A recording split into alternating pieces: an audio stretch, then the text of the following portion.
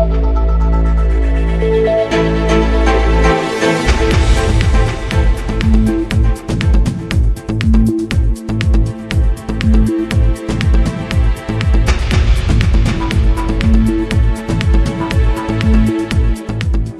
مهمترین خبر گزارش‌های روز برنامه اطلاعاتی پیغام منظورتان است. در استودیو با شما این ساعت ملایما و اسماعیل جان خلوف. اینک در برنامه ما تماشا کنید.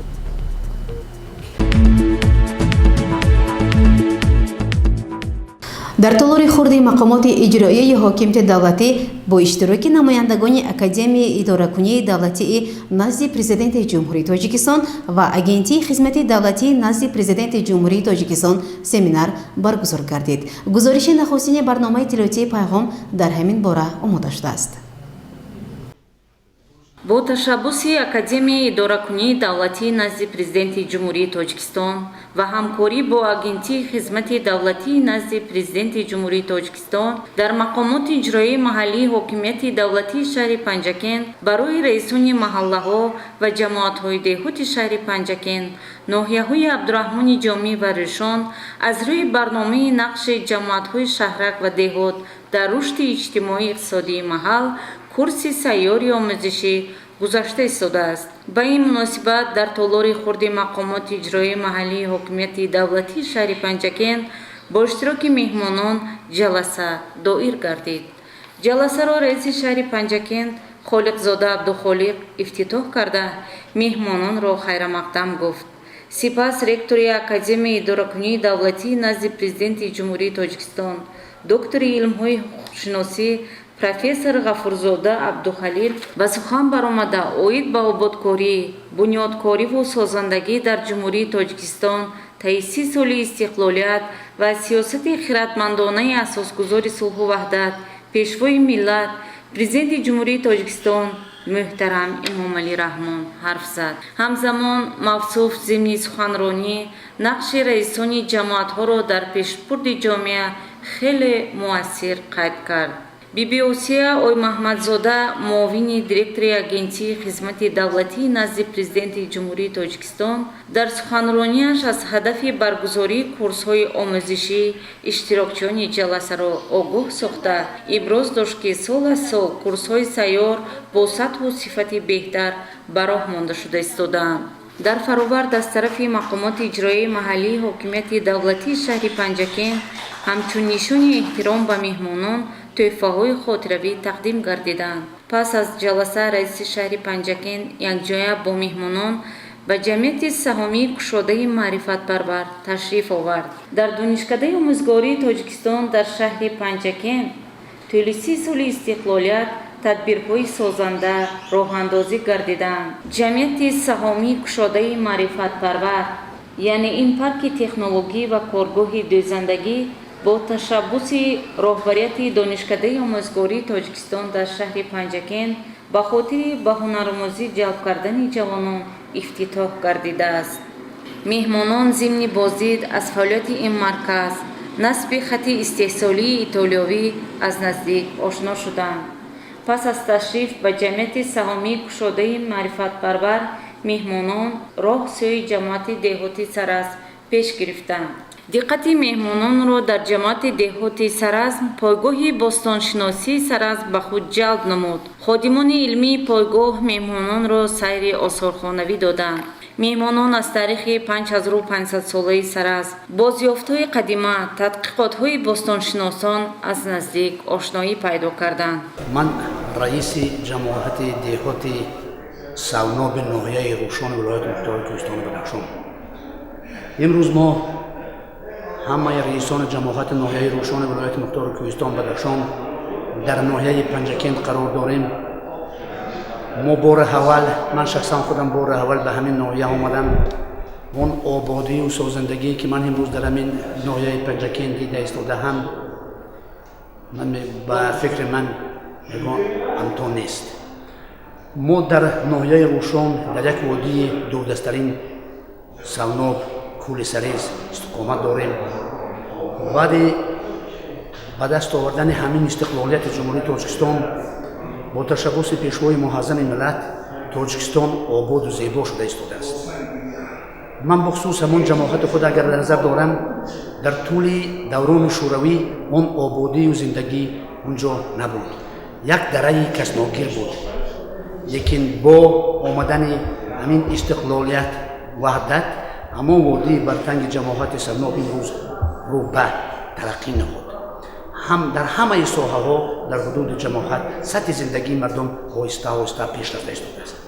خود جناب حالی تاریخ نمودن دارد که در همان دوران شوروی یگان رهبر دوران شوروی به همان جماعت درستین قدم نآورده بود، لیکن جناب حالی خودش از همان جماعت، از بود و باش همان ساکنان جماعت، از زندگی جماعت دیدن کرد، با چشم خود دید. بعد قدمی که او جماعت دهات سرناب آباد شده است. бояд қайд кард ки курси омӯзишӣ таи 3 рӯз давом мекунад ва дар назар аст ки дар фарҷоми курс мизи мудаввар дар мавзӯи нақши ҷамоатҳои шаҳрак ва деҳот дар рушди иҷтимоӣ иқтисодии маҳал сурат гирад.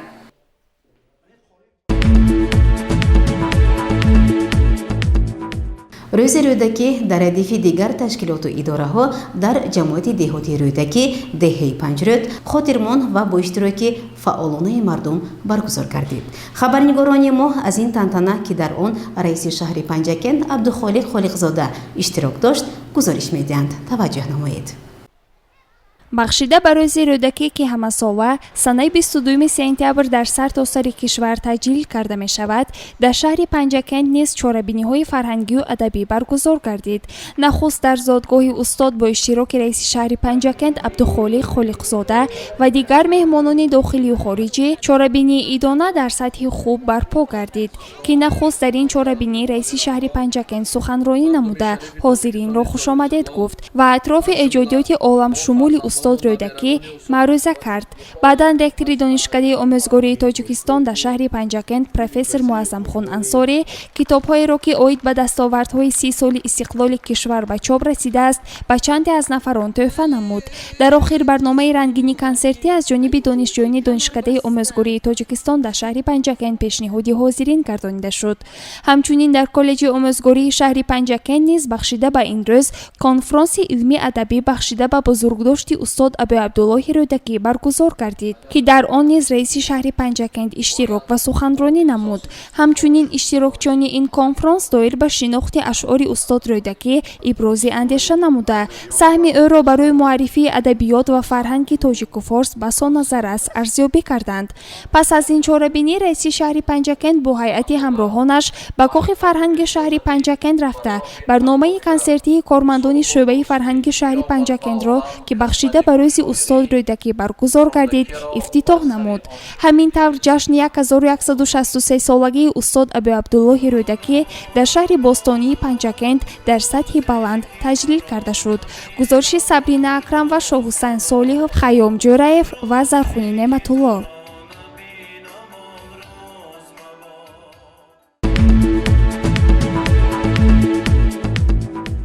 барномаро идома медиҳем. бо мақсади шиносоӣ бо рушди соҳаҳои мухталифи хоҷагии халқ ва рӯзгори мардум, раиси шаҳри панчакент абдухолиқ холиқзода аз ҷамоатҳои деҳотӣ вору рӯдакӣ ва сӯҷина боздид ба амал овард. барои ободиву гулгулшукуфоии ватани азизамон дар сартосари кишвар корҳои ободониву бунёдкорӣ бо маром идома дорад. аз ҷумла дар ҳудуди шаҳру деҳоти Панчакент низ иншоотҳои гуногуни иҷтимоӣ сохта ба истифода дода шуда, дар қисме аз онҳо корҳои сохтмонӣ идома дорад. раиси шаҳри Панчакент абдухолиқ холиқзода бо мақсади ошноӣ пайдо кардан аз рафти корҳо дар баъзе аз иншоотҳо ба ҷамоати деҳоти вору сафар кард. дар ҷараёни сафари хеш ӯ навхуст аз сохтмони муассисаи таҳсилоти миёнаи умумии рақами 113 деҳаи тагоби халқ дидан намуда, барои бо сифати баланд сохта ба истифода додан ба масъулин дастуру супоришҳо дод. пас аз он раиси шаҳри Панчакент абдухолиқ холиқзода бо сохтмони муассисаи таҳсилоти миёнаи умумии рақами 60 деҳаи Рукнобод низ ошно гардид.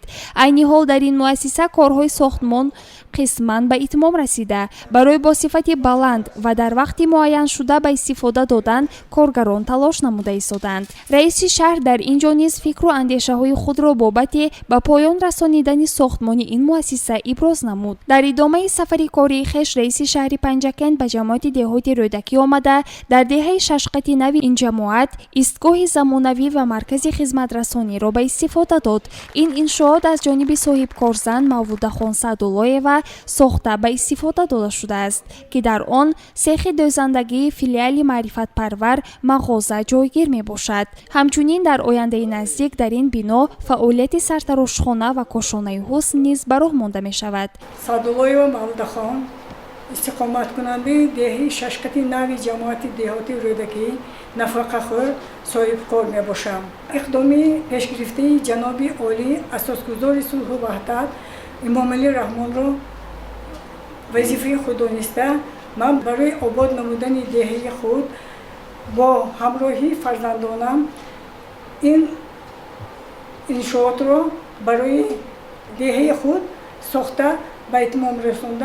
بنای ما از مغازه خدمت رسانی، چرخ دوزندگی و ایستگاه زمانوی اپتیک و سرتراشخانه عبارت می باشد که مبلغ‌هایی که پسنداز کرده بودم برای فرزندانم و برای حج می روم گفته، لیکن برای حج نرفته من اقدام گرفتم که همین انشاءات را سازم برای خلق وطن خود خدمت نمایم. پس از آن رئیس شهر پنجکент به جماعت دهاتی سوجینه آمده مرکز تعلیمی و استحصالی اطلس و ادرس و دیگر هنرهای مردمی به نام ترسونو و کرامت را به فعالیت داد. همچنین ضمن سفری خود در این جماعت رئیس شهر پنجکент در دهه سوجینه به فعالیت مرکز خدمت رسانی آغاز بخشید. این بنا از دو آشیانه عبارت بوده. در آشیانه دوم کارگاه دوزندگی ریحانه با 10 جای کاری و در آشیانه یکم کارگاه استحصالی مبل با 7 جای کاری جایگیر می باشد. این مرکز از جانب صاحب کار سعید جان بازارف ساخته شده است. بعداً رئیس شهر پنجکент به کارهای اسفالت پوشکنی راه دهه مذکور آغاز بخشید. نام من عبدالله شادیف. من یکی از صاحب کاران دهه می باشم.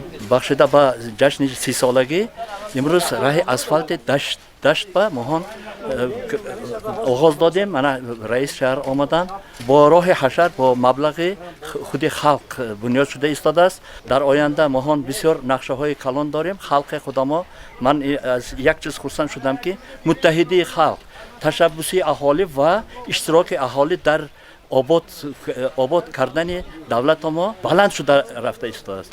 استفاده از امکانیت من با رئیس جماعت ما، رئیس شهر و ولایت جناب عالی تشکر صاحب کاران از اهالی جماعت دهات سوجینه اظهار میکنم. همین خیلی آبادانی همه وقت شدن گیرد. در آینده نصیب کرده باشد تشبث ها بسیار می شود، آبادانی البته شدن می گیرد. گزارش صبرین اکرم و شاه حسین صالح و خیام جورایف.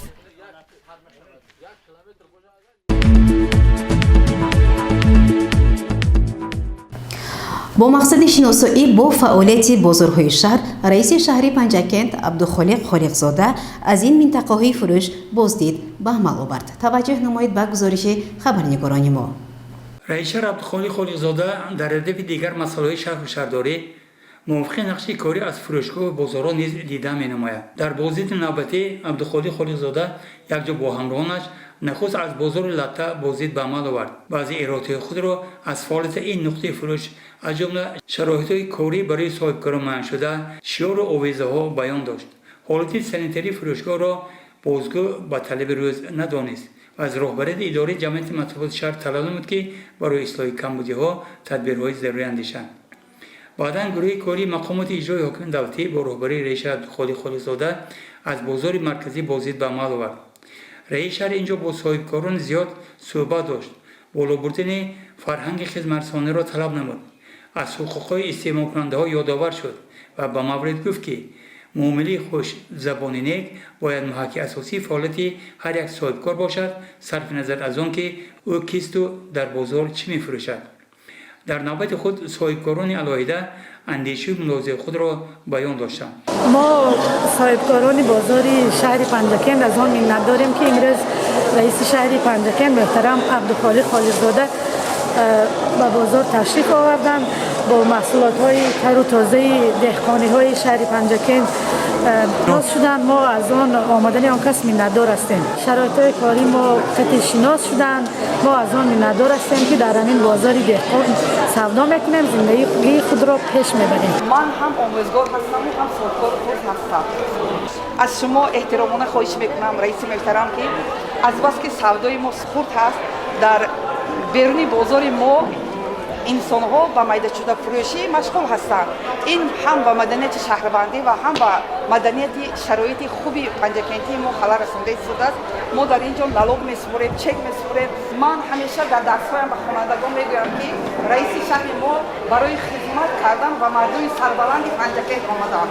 برای کار آرزو می‌کنم سری سبزتون همیشه در امان باد. دلتون در زندگانی کامران باد. بازار در بسیار موارد ملت و دولت را به مهمانان معرفی می‌نماید. از این خاطر مسئولان بازار، فروشنده ها و حتی فرهنگ خریداران و سیاحان وطنی خارجی ما را همچون ملت تاجیک و پنجکنتیان را همچون نماینده این ملت معرفی می نماید. پس بیایید معرفی با فرهنگ این ملت باشیم. یزد خودمولانوف، اسماعیل خالوف، خیام جوریف از بازارهای شهر پنجکент. محفل رودکی خانی در دانشکده آموزگاری تاجیکستان در شهر پنجکент خاطرمون و جالب دایر گردیده. در آن باری دیگر مهر و اخلاص از این فرزند فرزانه تاجیک اظهار گردید. бахшида ба рӯзи рӯдакӣ ки ҳамасола дар мамлакат таҷлил мегардад, кумитаи иҷроияи ҳизби халқии демократии тоҷикистон дар шаҳри панҷакент иқдом гирифтааст то миёни донишҷӯён озмуни рӯдакихониро доир намояд.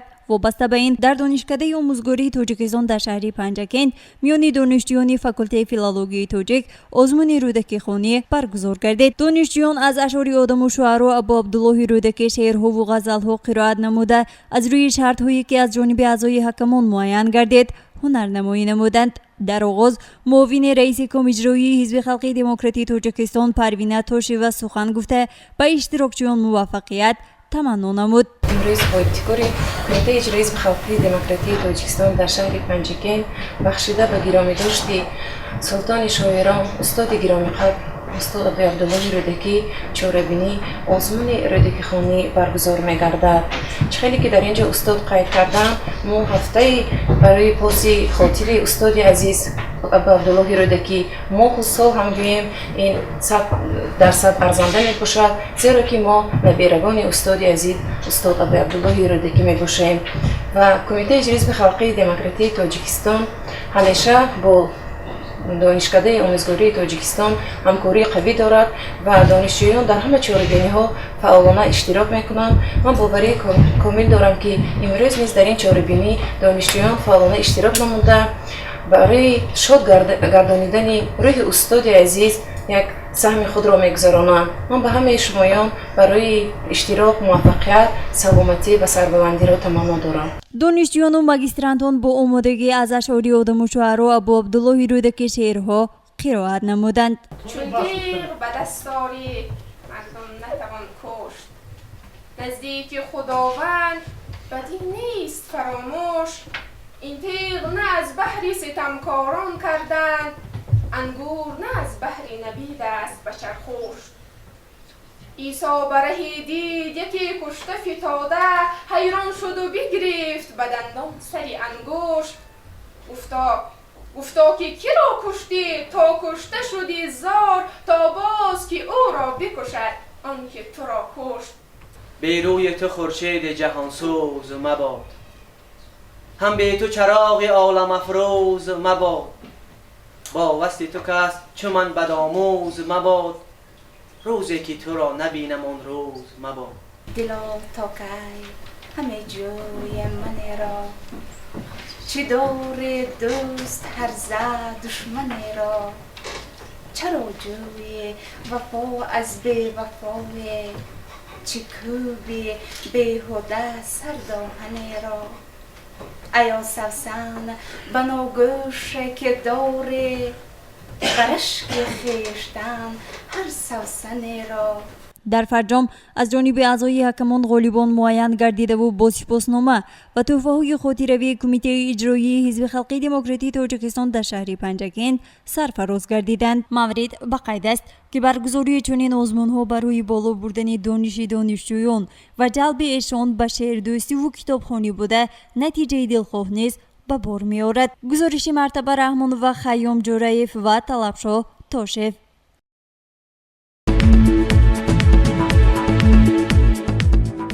бинандагони гиромӣ, дар ҳамҷо барномаи иттилоотии пайғом ба поён мерасад. барои ҳар яки шумо тансиативу сарбаландиро хоҳонем. то барномаи дигар шоду пирӯз бошед. хайр.